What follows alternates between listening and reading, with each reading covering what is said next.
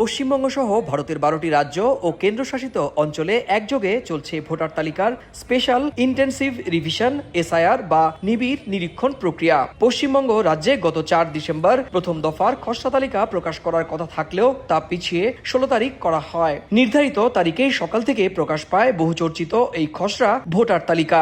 এতে রাজ্যে মোট ভোটারের সংখ্যা 7,16,631 জন। তবে এই তালিকা থেকে 1,66,00,000 ভোটারকে সন্দেহের চোখে দেখছে নির্বাচন কমিশন।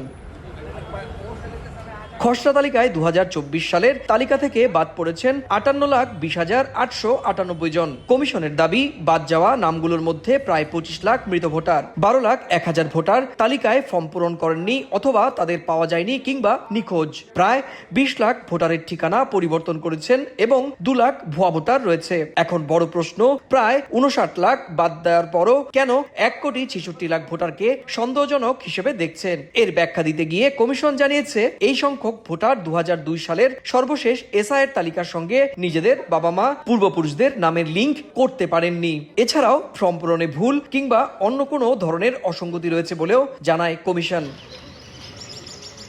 এদিকে রাজ্য নির্বাচন কমিশনের সামনে এদিনও একইভাবে প্রতিবাদে সামিল হতে দেখা যায় কমিশনের নির্দেশে ভোটার তালিকা সংশোধনের কাজে যুক্ত বুথ লেভেল অফিসার বা বিএলওদের। তাদের অভিযোগ, কমিশন তাড়াহুড়া করতে গিয়ে তালিকায় একাধিক ভুল করছে। চূড়ান্ত ভোটার তালিকা প্রকাশ করা হবে আগামী বছর 14 ফেব্রুয়ারি। ভোটাররা ভোট দেবে, এতে ভোটার লিস্টে নাম তুলতে হবে।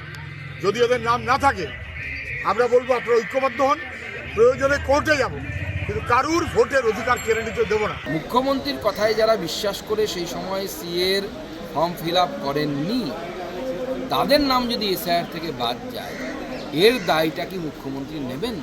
মমতা বন্দ্যোপাধ্যায় নেবেন কি? নাকি মমতা বন্দ্যোপাধ্যায় এমন কোনো ব্যবস্থা করবেন যার মাধ্যমে এসআইআরে তাদের নাম উঠে যাবে? দায়িত্ব তো তাকে নিতে হবে, ছাড়া হবে না।